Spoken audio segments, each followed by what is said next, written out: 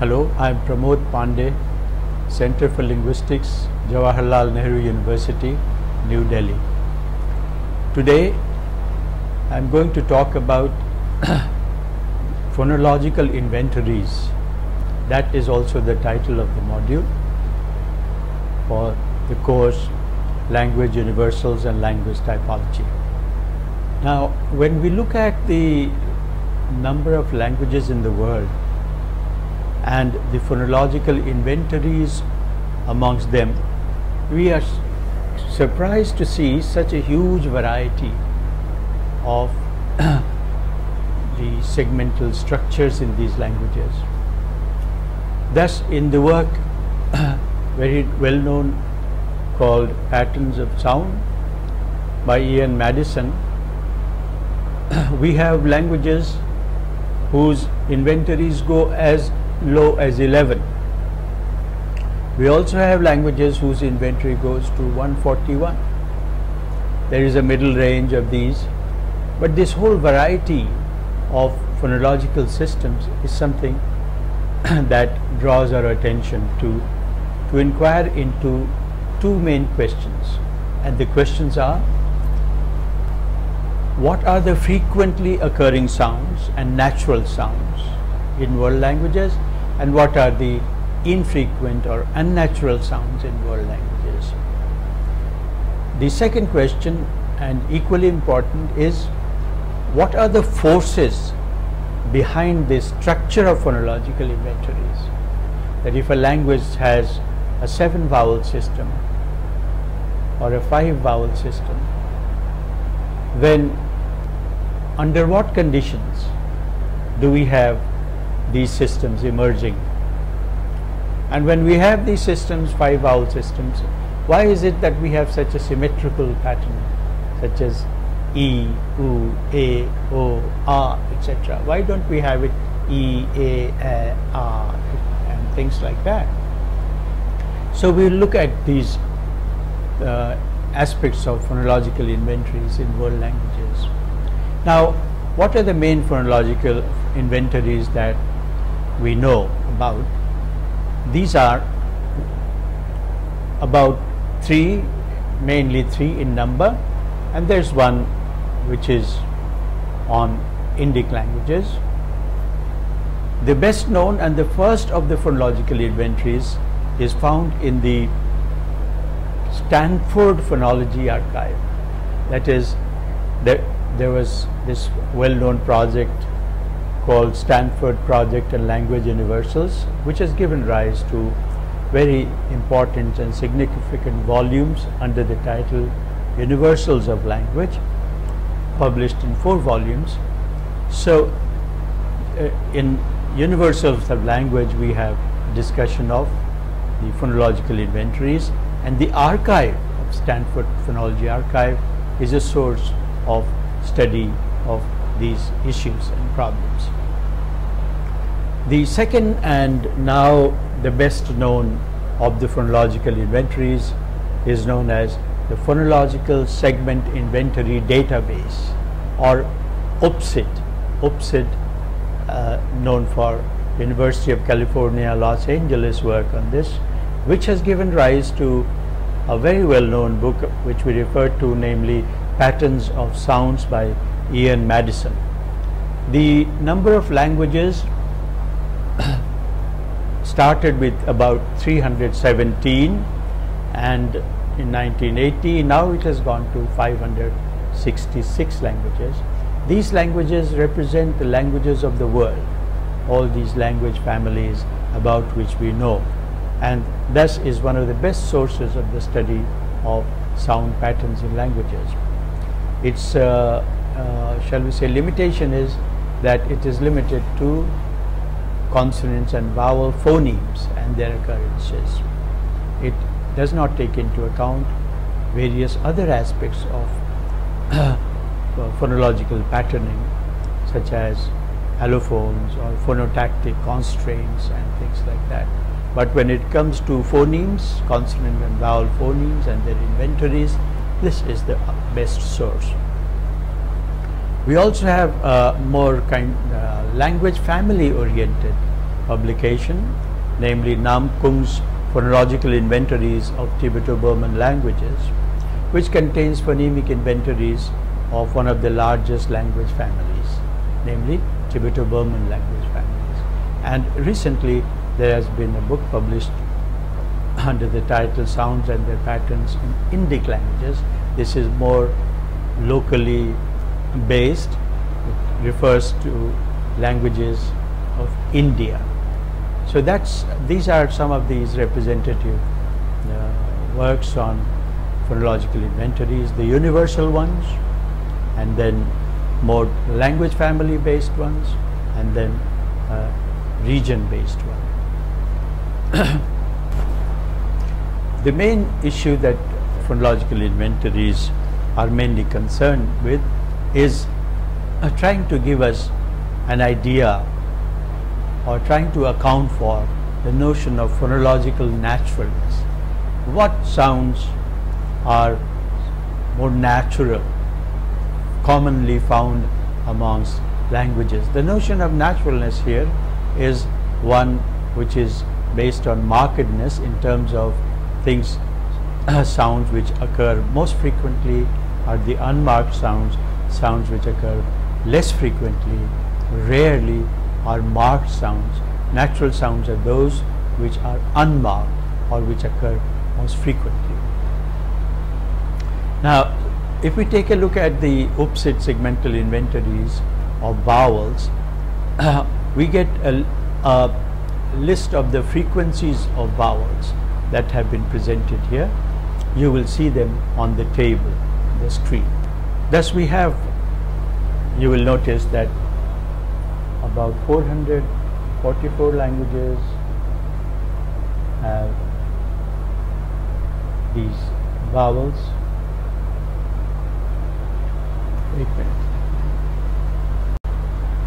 So of these languages we have, let us say, front vowels, high front vowels like E. If there are 444 high front unrounded vowels like E, and compared to these we have only 28 languages with rounded high front vowels like U. And similarly the table will show what sounds are marked and what sounds are unmarked. Thus high unrounded front vowels are unmarked and rounded front high vowels are marked. These are the inferences we draw from the various tables that can be constructed for studying naturalness amongst speech sounds. Apart from these naturalness of speech sounds in terms of their inventories, these studies can also tell us about the natural patterning of sounds. For example, which sounds occur most commonly and which sounds occur less commonly. Thus, high front unrounded vowels such as E are the ones which occur most commonly in world languages, and next comes U, and next come A, and then we have A and O and O. So the mid vowels are less frequent or marked, and the absolutely high vowels EU and the low vowel A are the ones which occur most frequently. This is what we infer from these inventories. UPSID also gives us the consonant inventories. Now a typical statement about consonant inventories can be read from what you see on the screen. An example of a statement of generalizations on consonant inventories based on UPSID is the following. The range of resulting inventories extends from a low of 6 consonants to a high of 122. The more typical consonant inventory size is in the low 20s, with the mean for the 562 languages being 22.7. The modal value 22 and the median 21. Consonant inventory is close to this size, that is 3 consonants more or less to 22, have been categorized as average size of consonant inventories in world languages. and the remainder divided into the categories small from 6 to 14, and moderately small 15 to 18, moderately large 26 to 33, and large 34 or more consonants. So if your language has consonants in this range, you will be able to see that how, in which particular category it fits. As figure 1 illustrates, the particular cutoff values for the categories were chosen so as to approximate a histogram with a normal distribution. Although there are somewhat more languages with inventories smaller than the band defined as average than with larger than average inventories. So this is the kind of statement that you notice about these inventories based on these studies. There are quite a large number of them now, which give us an idea about the inventory sizes in world languages. They also form the basis of a study in different areas, such as natural organization of sounds. What sounds, what kinds of organization or patterning is found in the biological system of languages, and what is the relationship of these to the biological makeup of these languages. So UPSID is a rich source of linguistic data, phonological data, for asking many research questions. For example, how many languages have oral and nasal vowels in a specific language group? We want to look at the typology of world languages, and we want to find out what are the types of vowels found in world languages. We have a list of them. We can differentiate or show similarity amongst these languages. In the next module on the typological properties, phonological features of Indic languages, we will show how such a database has been used to generalize about the typological characteristics of Indic languages. Apart from these, you have typology discussed at great length in the course on language universals and linguistic typology. You will find papers there as well. Another question that can be asked is, what are the main laryngeal types in a group of languages? By laryngeal types we mean sounds such as voiced, voiceless, aspirated, unaspirated, glottal stops. There are languages which have aspirated sounds like Indo-Aryan languages, but there are also languages which don't have aspirated sounds, such as Dravidian languages. Glottal stops are very common among Austroasiatic languages and Tibeto-Burman languages, but they are not so common amongst Indo-Aryan languages. So this way we can take a look at the various types of sounds which characterize the different linguistic groups. Apart from these, we can have many more questions asked on about segment inventories. Questions such as constraints on the distribution of vowels and consonants.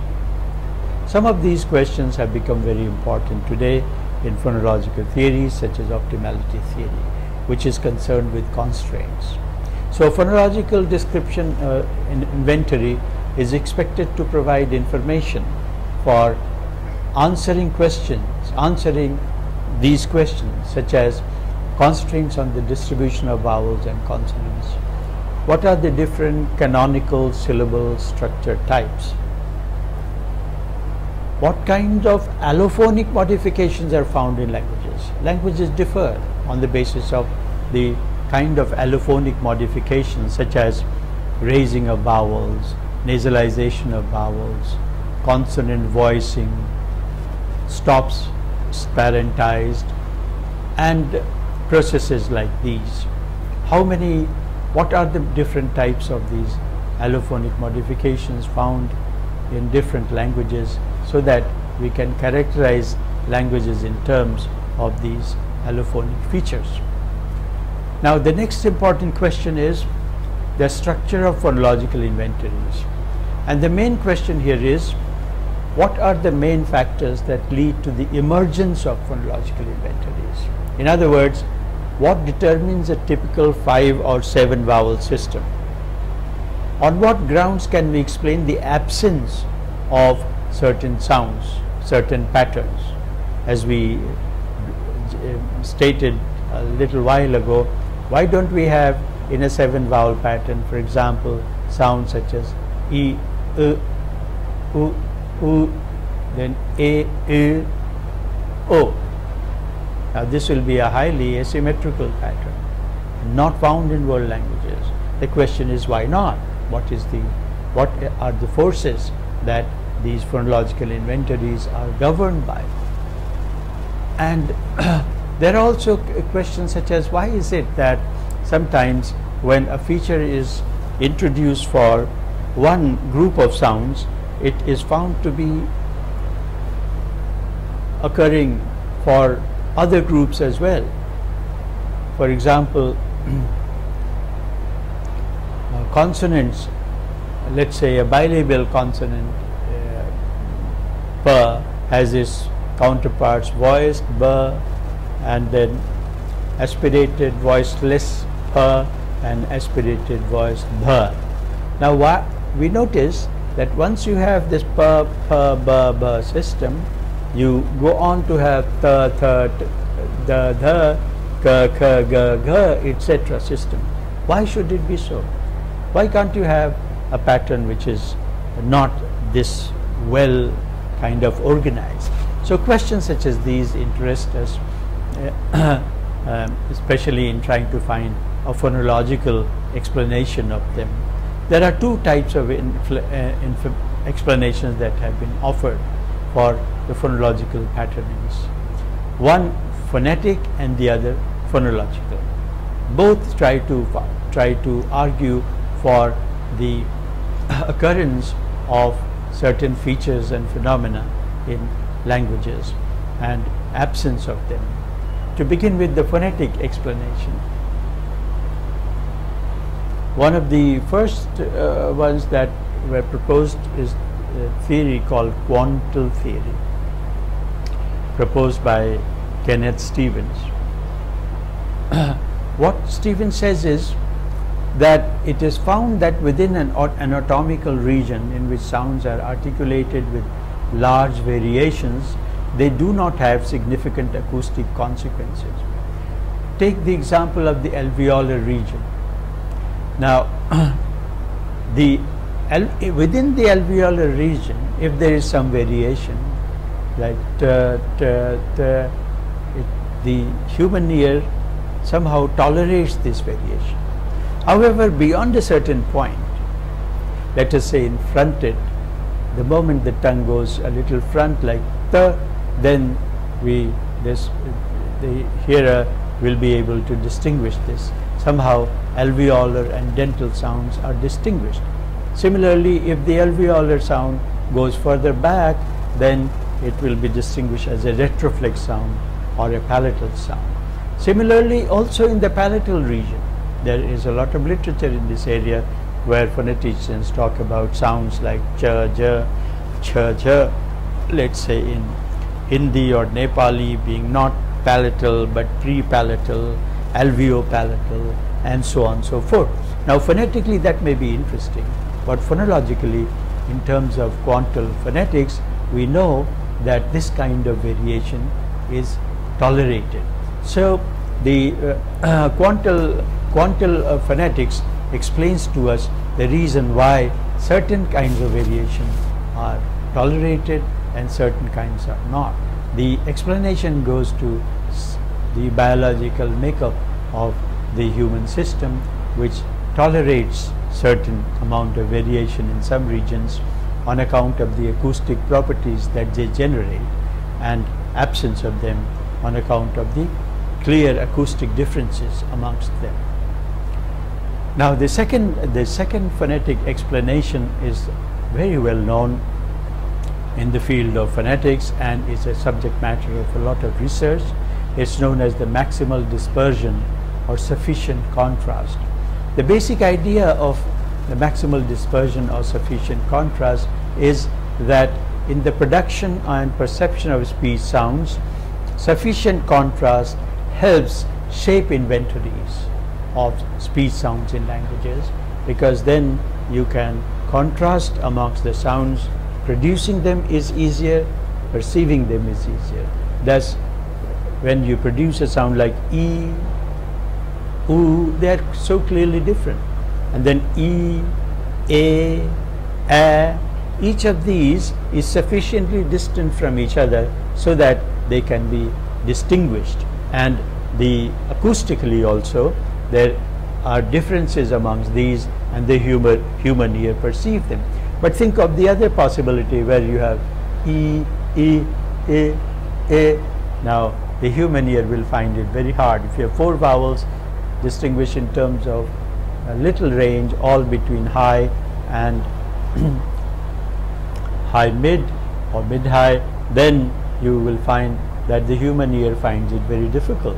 So, given the vowel space area, there is a tendency for speakers and hearers to see these sounds organized with sufficient distance so that a contrast amongst them is maintained. Now, the theory of sufficient contrast helps explain the vowel systems very well. However, when it comes to consonant systems, then it does not do so well. Now, before we come to the consonant system, take a look at these typical 8 vowel systems and 7 vowel systems on the screen. So, an 8 vowel system is E, U, A, O, A, O. And a 7 vowel system is E, U, U, A, O, and then A. So these are the most typical and commonly available vowel systems. Now, coming back to consonant inventories, we were saying that the notion of sufficient contrast provides a good explanation of the vowel systems of languages, but not such a good system of the consonant systems of languages. That's one. The second problem with sufficient contrast is that it fails to account for systems which are asymmetrical. For example, in the Galong, Tibeto-Burman language Galong, we have an asymmetrical pattern such as E, A, U, A. So these are all differently, not symmetrically arranged. And similarly, in Nicobarese, we have again an asymmetrical pattern such as E, A, U. You would expect to have U, O. Instead, you have U, then O, and then O. So on the back, you have 1, 2, 3, 4, 5 vowels which are back, and then 3 vowels which are front. Now, this kind of asymmetrical pattern is a problem for sufficient contrast. In addition to the phonetic accounts of phonological patterning of sounds, we also have phonological accounts of the patterning of sounds. The best known account is that by G.N. Clements, called feature economy. Basically, what feature economy says is this: if a feature is used once in a system, it will tend to be used again. Feature economy applies to features that are commonly distinctive in the class of sounds under comparison, but not to features that tend to be redundant in the class. Thus, feature economy is concerned mainly with distinctive features. Now, it has been observed that what we stated a little while ago, that normally when we have certain contrasts patterning in sounds belonging to, let's say, one place, we will find that the same kind of contrast patterning is found for the other places. We gave the examples of pa, pa, ba, ba, and so you have ta, ta, da, da, ta, ta, da, da, etc. Now, the account coming from feature economy is this: that in producing p, p, b, b, mostly the feature plus voice minus voice and the feature plus spread glottis minus spread glottis is used, apart from features minus continuant, which stands for plosives, and minus sonorant. Now, when we when we try and look at these systems such as alveolar and palatal and so on, what we find is that a system that the features plus spread glottis and the feature plus minus voice are used consistently for all them. So once these features have come to be used, then they seem to be used repeatedly for the sake of economy, so that in a system features apply economically. And then we also have, you can look at these inventories in terms of their economy. Take a look at the various types of patterns that you find for Hindi. These are 4 laryngeal contrasts. Santali, again 4 laryngeal contrasts. Toda, we have only 2. Angami, we have 3. Languages which do not have this kind of situation are rare. We have here, for example, Great Andamanese, in which we find systems such as Paba, Tadatha, Tada, Chaja, and only Ka. So the velar and dental do not go along with the other 3 places of articulation. Now, the economy index has a certain formula. E is for economy and S is for speech sounds, F is features. So E is equal to S by F. So the higher the value of E, the greater the economy. Now, that is an explanation of why it is that we have the same pattern of sounds repeated again and again. Now, phonological inventories such as UPSIT have been criticized for not giving us quite correct and accurate results, for misrepresenting these languages, and various other issues. For example, whether the listing of the inventories is correct or not, whether the phonemes are really phonemes or some of them are also allophones, whether diphthongs are diphthongs and not something else, that is just 2 different vowels. Issues such as this have to be addressed in phonological inventories. Phonological descriptions, if you are going to write a phonological description of your language or of an unknown language, then you have to be very careful in coming to conclusions about sounds relating to issues such as diphthongs, whether the sounds are diphthongs or vowel sequences. So you have to pay careful attention to issues such as diphthongs versus vowel sequences, or consonant clusters versus single consonants. Sometimes linguists consider aspirated consonants as 2 consonant plus her, pa is pa plus her. Others treat them as a single consonant, aspirated her.